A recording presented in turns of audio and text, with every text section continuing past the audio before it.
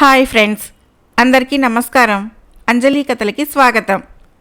కాశీ మజిలీ కథలు 29వ భాగం. హైమావతి కథ. జయభద్రుని వృత్తాంతమంతా విన్న ఆ చిన్నది విచార సూచకంగా దీర్ఘంగా నిట్టూర్చింది. కళ్ళలో నుంచి ఉబుకుతూ ఉన్న కన్నీటిని కొనగోటితో విదిల్చి కోకిల కంఠంతో తన కథ చెప్పడం ప్రారంభించింది ఇలా. ఆర్య, అడవి ఉసిరికాయకు సైంధవ లవణం జత చేసినట్లు విధి చేసే విచిత్రాలు అన్నీ ఇన్ని కావు. ఒక్కొక్కప్పుడు దుఃఖం సుఖానికి, సుఖం దుఃఖానికి కారణమైతూ ఉంటుందంటారు పెద్దలు. అది నిజమే అనిపిస్తూ ఉంది. మీ పితృదేవులు మా తండ్రి గారికి సకులని చెప్పటం మీకు విస్మయం కలిగించవచ్చు. వినండి. మా తండ్రి గారి పేరు మంత్రపాల మహారాజు. మాది మగధ దేశం. అమరావతి పట్టణం మాకు రాజధాని. మా తల్లి చంద్రమతి. పరిపాలనా దక్షుడైన మా తండ్రి గారికి లేక లేక ఈశ్వరీ కటాక్ష వశాన నేను జన్మించాను. అందువల్లనే నాకు హైమావతి అని పేరు పెట్టారు. పుట్టుకతోనే నేను అందాల రాశిని. ఇక నాకు యుక్త వయసు వచ్చేసరికి గారాబాల బిడ్డనైన నా కోసం తగిన వరుణ్ణి జతకూర్చడానికి దేశ దేశాల రాకుమార్ల చిత్రపటాలను తెప్పించారు మా నాన్నగారు. ఆ చిత్రపటాల్లో మీది కూడా ఉన్నట్టే నాకు గుర్తు. నాకు సమ్మతమే అని తెలియజేసేటంతటిలో మీకు వేరొక చోట వివాహం నిశ్చయించినట్లు తెలిసి ఆగిపోయాము. ఆ తర్వాత ఆశాభంగం చెందకుండా మిగిలిన వరులని పరిశీలించసాగారు మా తల్లిదండ్రులు. నా సమక్షంలోనే ఆయా రాజపుత్రుని విశేషాలు ముచ్చడించుకోవటం వలన నాకు కూడా కొన్ని సంగతులు తెలుస్తూ వచ్చాయి. కళింగ దేశపు రాజు వీరపాలుని పుత్రుడు గుణవర్మ సకల విద్యల్లోనూ ఆరితేరాడు. తులతూగేంత సంపదలు లేవు. సాధారణ రాజ్యం. గుణవర్మ మంచి రూపసి కూడా. లాటదేశపు ప్రభువు శూరపాలుడు. ఆయన పుత్రుడు ధనవర్మ మామూలు అందగాడు. విద్య కూడా అంతంత మాత్రం. కుబేరునితో సమానమైన సంపద ఉంది. రాజ్యం ఫలవంతమైనది. ఈ ఇద్దరిలో ఎవరికివ్వాలా అని మా తల్లిదండ్రులు ఆలోచిస్తూ ఉన్నారు. కన్య రూపాన్ని చూస్తుంది. తల్లి తన కూతురు సుఖపడాలని వరుడికి సంపద ఉందో లేదో చూడటం సహజమే కదా. ఆ ప్రకారము మా అమ్మ నన్ను ధనవర్మకే ఇవ్వమన్నది. కానీ మా తండ్రి ధనం కంటే గుణాన్ని చూసి ఇవ్వాలన్నాడు. ధనం ఏ కారణం వల్ల హరించుకుపోయినా విద్య వల్ల అభివృద్ధి చెందిన గుణం తెలివికి ఉపయోగించి ఏదో మార్గాన ధనం సంపాదించవచ్చు గనక గుణవర్మకే ఇవ్వాలని ఆయన ఉద్దేశం. అయితే స్త్రీ సహజమైన బుద్ధితో మా అమ్మ విద్వాంసుల వద్ద లక్ష్మి ఉండదని వాదం పెంచింది. దాంతో మా తండ్రి గారికి కోపం వచ్చి ఆమె మాటలు లక్ష్య పెట్టలేదు. గుణవర్మతో నాకు వివాహం నిశ్చయిస్తున్నట్లు వెనువెంటనే శుభలేఖ సైతం రాయించి వీరపాలునికి పంపగా పంతం పూనిన మా తల్లి రహస్యంగా ధనవర్మ తండ్రి అయిన శూరపాలునికి శుభవర్తమానం పంపింది. రాకుమారులిద్దరూ నా సౌందర్య వైభవాలు బాగా తెలిసిన వారే కావటంతో నన్ను వివాహం చేసుకోవటానికి ఉత్సాహపడి నిర్ణయింపబడిన ముహూర్తానికి ఎవరికి వారే వారికి కేటాయించిన భవనాలలో విడిది చేశారు. సకల ఉపచారాలతోనూ మా తండ్రి గారు గుణవర్మ పరివారాన్ని అలరిస్తూ ఉంటే రహస్యపుటేర్పాట్లతో మా తల్లి అందుకు తానేమీ తీసిపోలేదని నిరూపించుకుంది. వేకువజాము ముహూర్తం. రాత్రే ప్రారంభమైన వేడుకల్లో పల్లకీ సంబరం ఒకటి. గుణవర్మ ధనవర్మలిద్దరూ పల్లకీలో ఊరేగి విడిది చేరుకున్నారు. ధనవర్మ పరివారం మాత్రం వధువుగా నా పేరు ఎక్కడా ప్రస్తావించకుండా జాగ్రత్త పడ్డారు. అదలా ఉండగా ఓ అర్ధరాత్రి వేళ మా అమ్మ రహస్యంగా నా మందిరానికి వచ్చి, అమ్మాయి, నీ తండ్రి నిన్నొక దరిద్రుడికిచ్చి నీ గొంతు కోసేలాగా ఉన్నాడు. నువ్వు చూస్తే గరాబు బిడ్డవు. లేమిలో నువ్వుండలేవు. అందుకు నేనొక ఉపాయం ఆలోచించాను. రహస్యంగా పరివారంతో సహా ధనవర్మని రప్పించాను. అతని ఐశ్వర్యం సంగతి నీకు తెలిసిందే కదా. మన దాసి నిన్నొక బుట్టలో పెట్టి పైన తమలపాకులు పేర్చి నిన్ను ఆ వరుడున్న విడిదికి చేరుస్తుంది. అక్కడ సమస్తమైన ఏర్పాట్లు చురుకుగా జరుగుతున్నాయి. నువ్వు ఆ బుట్టలో కూర్చో అని ప్రత్యేకంగానూ సౌకర్యంగానూ అల్లించిన ఒక గంపలో నన్ను కూర్చోమన్నది. స్త్రీ సహజమైన చాపల్యం కొద్దీ నేను తల్లి పక్షమే వహించి సరేనన్నాను. నన్నా గంపలో ఇమిడికగా కూర్చోబెట్టి గాలి వచ్చేందుకు వీలుగా ఆకులు పేర్చడం చేత నాకు శ్వాసకు కష్టం కలగకుండా చేసి దాసి ఆ గంపనెత్తుకొని రాజవీధి గుండా నిర్ణీత భవనానికి తీసుకువెళ్ళసాగింది. కోట కావలిభటులకు రాణిగారి దాసి అని తెలిసి ఉన్నందున ఎలాంటి ప్రశ్నలు వేయకుండా పోనిచ్చారు. దగ్గర దారిలో అది నన్ను విడిదికి తీసుకెళ్తూ ఉండగా ఒకచోట ఇళ్లంటుకొని పెద్ద పెద్ద మంటలు రేగాయి. ప్రజలు హాహాకారాలు చేస్తూ సామాన్లు బయటికి విసిరేస్తూ ఉండటంతో అవి త్రోవకి అడ్డం పడి దాసి త్వరగా పోవటానికి ఆటంకమయ్యాయి. అది ఆగి ఆగి అటూ ఇటూ చూసుకుంటూ నడుస్తూ ఉండటంతో ఆ ప్రాంత ప్రజల సామాను గంపకెత్తి పట్టుకుపోతుందని భావించిన రక్షక భటులు ఆమెను ఆపి ప్రశ్నలు వేశారు. అది తత్తరబడి ఒక మాటకు బదులు ఇంకో మాట చెప్పేసరికి భటులు అనుమానంతో ఆ గంపని అక్కడే పెట్టించేశారు. తమలపాకులున్నందున అగ్ని ప్రమాదం భయం లేదనుకొని ఆ భటులు మంటలు ఆర్పేటందుకు అటువైపు వెళ్ళిపోయారు. ఇటువంటి అంతరాయం వస్తుందని ఊహించని దాసి రాజదండన భయం కొద్దీ ఆ సందట్లో ఎటో పారిపోయింది. ఆ విషయమంతా గంపకున్న రంధ్రాల్లో నుంచి నాకు కనిపిస్తోంది. రక్షక భటులు వెళ్ళిపోయేంతవరకు ఆ చుట్టుపక్కల ఎక్కడైనా ఉండి ఆ దాసి వచ్చి నన్ను తీసుకువెళ్తుంది అనుకున్నాను. అది మళ్ళీ కనపడలేదు.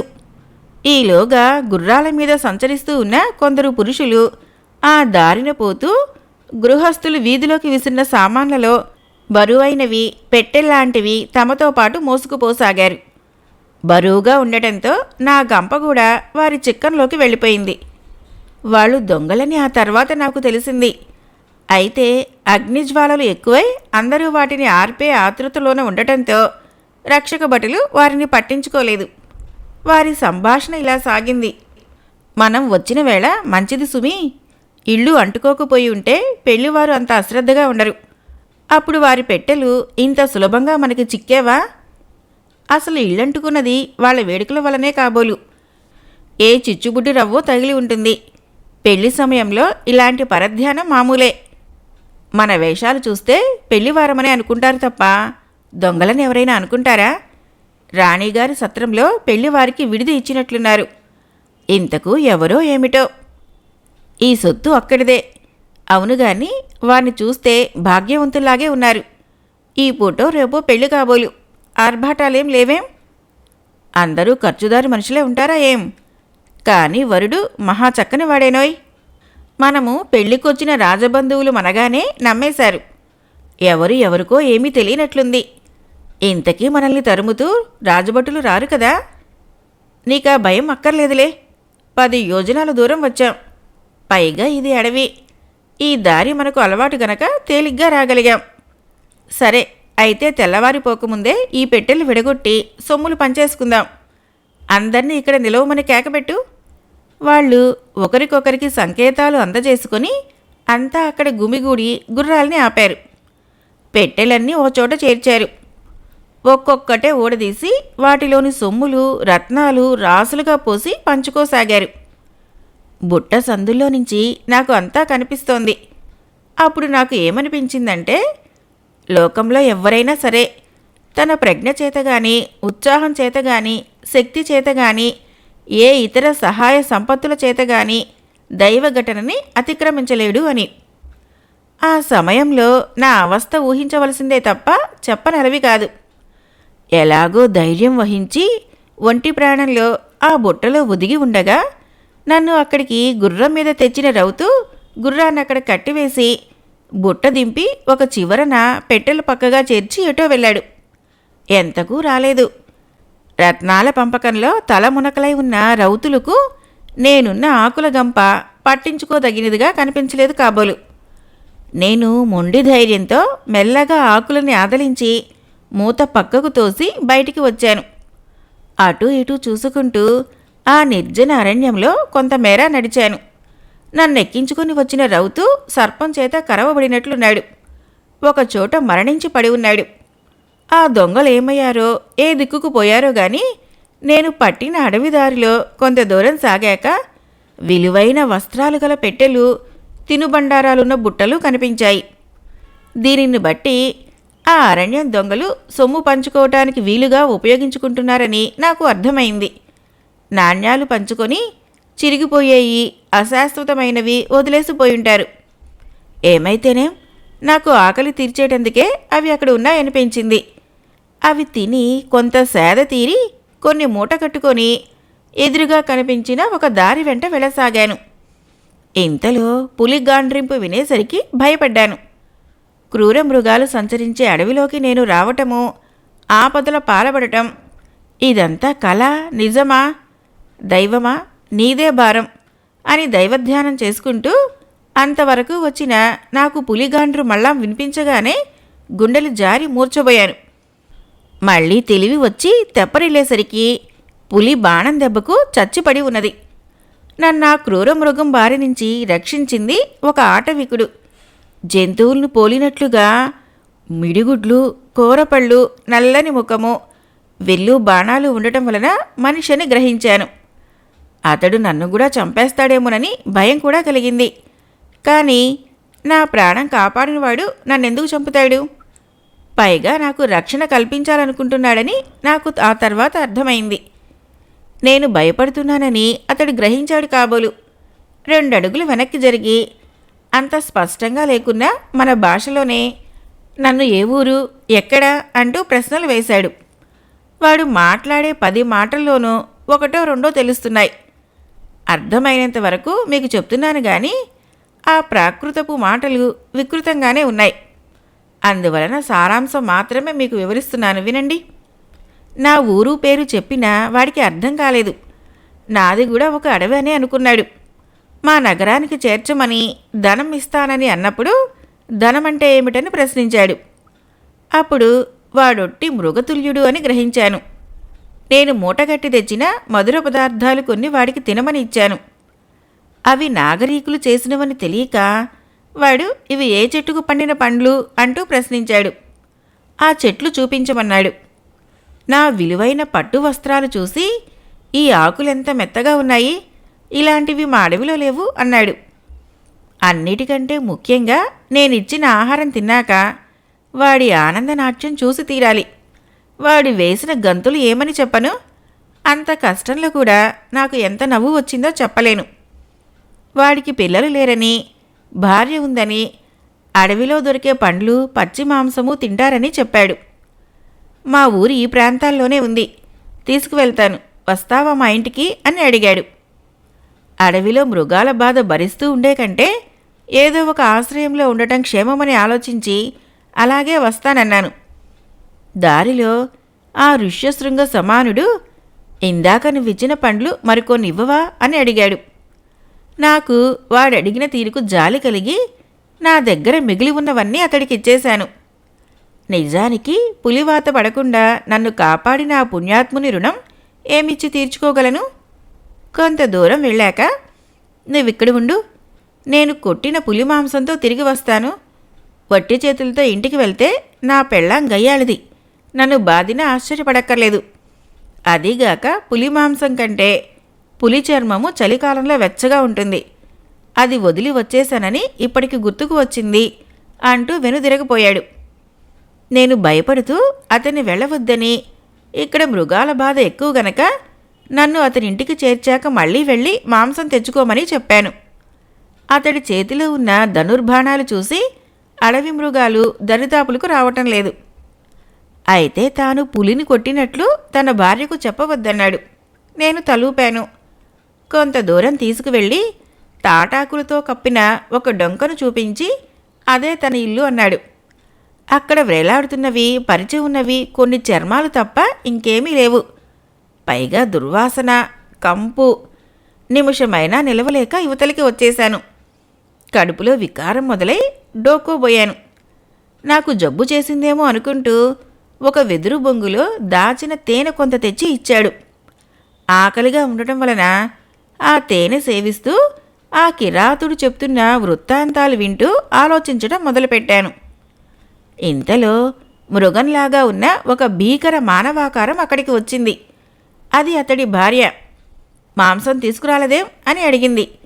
అతడేదో చెప్పాడు. అంతలో దాని దృష్టి నా మీద పడింది. నేను దాని ఆకారానికి బెదురుతూ ఉంటే దాని ముగుడితో పాటు నేను కులకటానికి వచ్చాను కాబోలు అని అపోహపడి వాడితో గొడవ పడటమే కాక ముష్టి యుద్ధం కూడా చేసింది. వారిద్దరినీ నా కారణంగా కొట్టుకుంటున్నందున విడదీయాలని వెళ్ళి నేను 4 దెబ్బలు తిన్నాను. ఆ ప్రయత్నం ఇక మానుకున్నాను. కొంత జగడం ముగిశాక నేను చెప్తున్నదేమీ వినిపించుకోక నేను దాన్ని కాపురం చెడగొట్టడానికే వచ్చాను కాబోలుననుకొని తన బంధువులతో చెప్పి నన్నేదో చేయిస్తానంది. చీకటి పడింది. నాకు జంతు భయము, రక్షణకేది దారి అని అడగ్గా తాము తోళ్లు కప్పుకున్న రీతిని చూపించి ఇట్లే పులి చర్మం కప్పుకుంటే ఏ మృగమూ నీ దరికి రాదన్నాడు.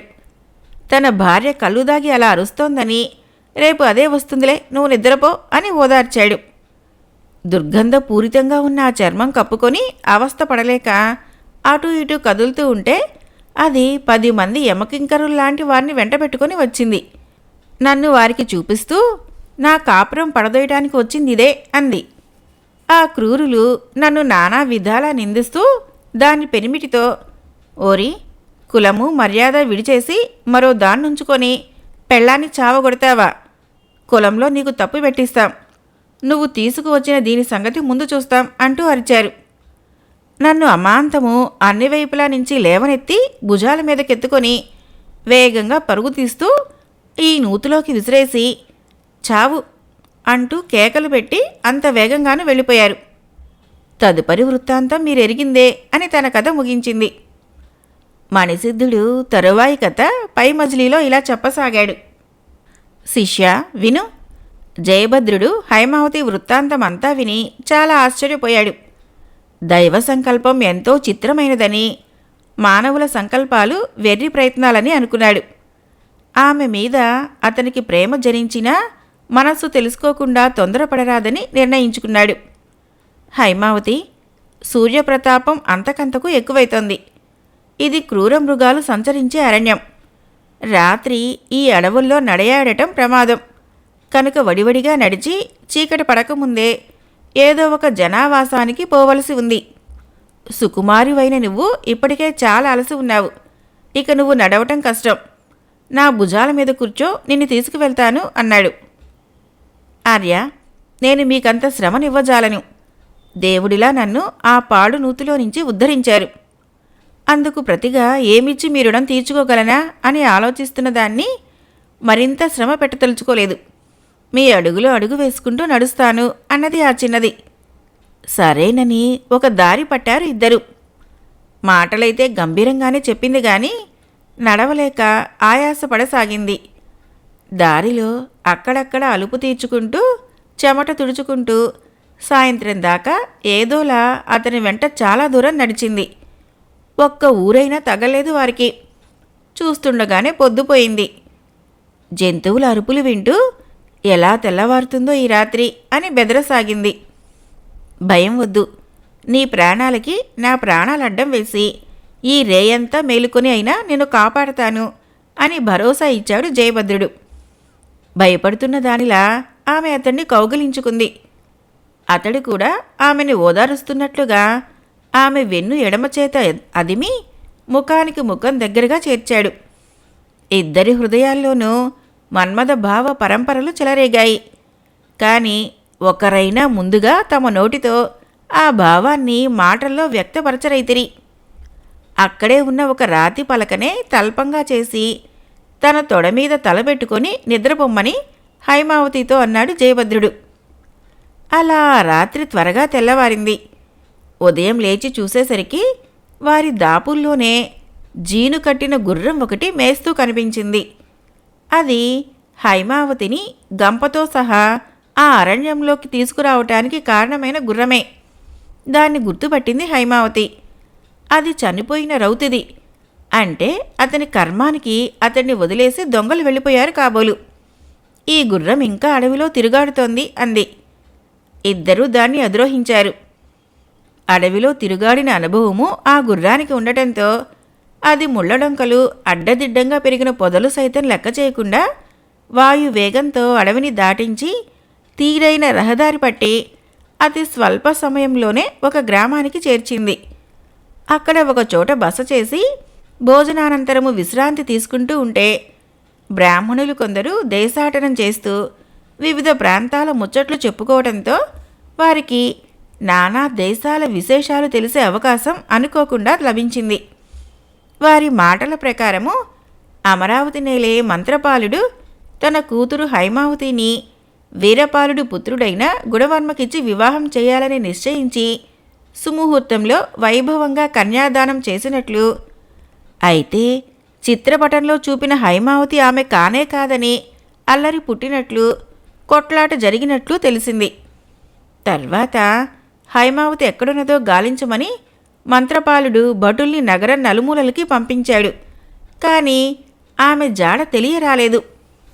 అకారణంగా తమని వంచనకు గురి చేశాడని కక్ష పెట్టుకున్నారు వీరపాల శూరపాలులు ఇద్దరు. దేశ దేశాలకి దూతలను పంపి తన కూతురి జాడ తెలిపిన వారికి గొప్ప బహుమతి ఇస్తానని కూడా చాటింపు వేయించాడు ఆ ప్రభువు. ఇక ఇక్కడ కుంతిభోజుని రాజ్యంలో యథాప్రకారము సునీతి బ్రాహ్మణులకు రత్నహారాలు దానాలుగా ఇస్తూనే ఉందట. అవి పొందగలిగితే ఇంకెవ్వరిని ఎప్పుడు ఏది యాచించవలసిన గతి ఉండదని చెప్పుకోగా విని ఆ సత్రం అరుగు మీద చేరిన బ్రాహ్మణులలో కొందరు ఆ దేశానికి పయనమయ్యారు. అప్పుడు హైమావతి ఇలా అన్నది: చూశారుగా ఆర్యపుత్ర, ఈ బ్రాహ్మణుల మాటలు వింటుంటే నా వల్ల నా తల్లిదండ్రులకు ఎన్ని సమస్యలు ఉత్పన్నమయ్యాయో కదా. ఇప్పుడు నేను ఇంటికి వెళ్ళాలనుకున్నా నా తల్లిదండ్రులకు ఇంకా చిక్కులు కొని తెచ్చిన దాన్నైతాను. కక్షగట్టిన రాజులిద్దరూ నేను కంటపడితే ఊరుకుంటారా? మా తల్లిదండ్రుల్ని నిర్బంధిస్తే వాళ్ళకి అది బలవన్మరణ హేతువు కాబోదా? ఇక అప్పుడు నా పరిస్థితి తలుచుకుంటేనే నాకు భయంగా ఉంది. ఆమెను ఓదార్చుతూ జయభద్రుడు, విచారించకు, ఆ శత్రువులను జయించి నేను మీ తండ్రికి సంతోషం కలిగిస్తాను. మనం త్వరగా అమరావతి వెళదాం అన్నాడు. సరేనని ఆమె సమ్మతించింది. 2 రోజుల తర్వాత ఇద్దరు ఇంకొక ఊరు చేరుకున్నారు. భోజనాధికాలకు సొమ్ము కావాలి కదా, ఏం చేయటమా అని సందేహిస్తూ ఉంటే హైమావతి తన చెవికమ్మ నవరత్నాలతో చెక్కినది తీసి ఇచ్చింది. అతడా నగతో ఒక షావుకారి చేత వంచింపబడిన భోజనానికి లోటులేని రీతిగా ఆ పూట గడిపేయగలిగాడు. ఆ సాయంత్రము ఒక దేవాలయంలో ఓ సన్యాసి కనిపించగా అతన్ని వరహా దక్షిణ ఇచ్చి భోజనం చేయమనటానికి బదులు తమ బసకు పిలిపించి భోజనం పెట్టించి దక్షిణగా హైమావతి చేతి రత్న కంకణం ఇచ్చారు వాళ్ళు. వారి ప్రయాణము మరికొంత ముందుకు సాగాక వారికి కొందరు నగల వర్తకుల సంభాషణలో ఇంకొక విషయం తెలిసింది. వీరపాల శూరపాలులిద్దరూ ఏకమై హైమావతి తల్లిదండ్రుల్ని ఖైదీలో పెట్టి హైమావతి జాడ కనిపెట్టమని గూఢాచారుల్ని పంపించారట. వారిలో కొందరికి అక్కడికి కొన్ని యోజనాల దూరంలో ఉన్న గ్రామంలో హైమావతి కర్ణాభరణము రత్న కంకణము ఓ నగల వర్తకుని వద్ద ఓ సన్యాసి వద్ద దొరికాయట. వారిని విచారిస్తున్నారని తెలిసింది. ఇది ఆ వర్తకుల మాటల సారాంశము. ఆ మాటలు విన్న హైమావతి చాలా వేదన చెందింది. నా తల్లిదండ్రులు ఏమన్నా చోరులా చెరసాలలో పెట్టించారట. ఎంత కష్టం దాపురించింది వారికి. నేను త్వరగా వెళ్ళి వాళ్ళకి కనబడితే గాని వారి చెర వీడదు, పదండి అంటూ తొందరపెట్టింది. నువ్వు అక్కడికి చేరి కనబడినంత మాత్రాన ఏమైతుందని నీ ఊహ? ఆ ఇద్దరిలో ఎవరిని వరిస్తావు? అది అలా ఉంచు. నువ్వు కనబడటంతోనే ధనవర్మ గుణవర్మలు కలహించుకోవటం ఖాయం అన్నాడు జయభద్రుడు. దానికామె ఇంకా అధికంగా ఖేదపడసాగింది. విచారించి ప్రయోజనం లేదు, ఊరుకో. నేను నా బుద్ధిబలంతో నీ తల్లిదండ్రుల చెర విడిపిస్తాను అని ఊరడించాడు అతను. ఆ రాత్రికే ఇద్దరూ అమరావతి చేరుకొని ఒక బ్రాహ్మణుడి ఇంట బస చేసి రోజుకో రీతిగా వేషాలు మార్చి సంచరిస్తూ అక్కడి విశేషాలన్నీ తెలుసుకున్నారు.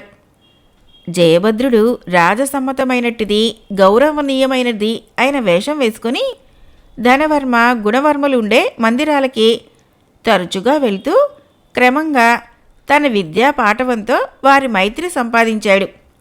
అతి తక్కువ కాలంలోనే తన మాట మీద వారికి గురి కుదిరేలా చేసుకున్నాడు కూడా. వారు తమ అంతరంగిక విషయాలు జయభద్రునితో చెప్పి సలహాలు స్వీకరించేటంత గాఢ స్నేహం కుదిరే వరకు ఓపిక పట్టాడు. కాశీ మజిలీ కథలు 29వ భాగం సమాప్తం.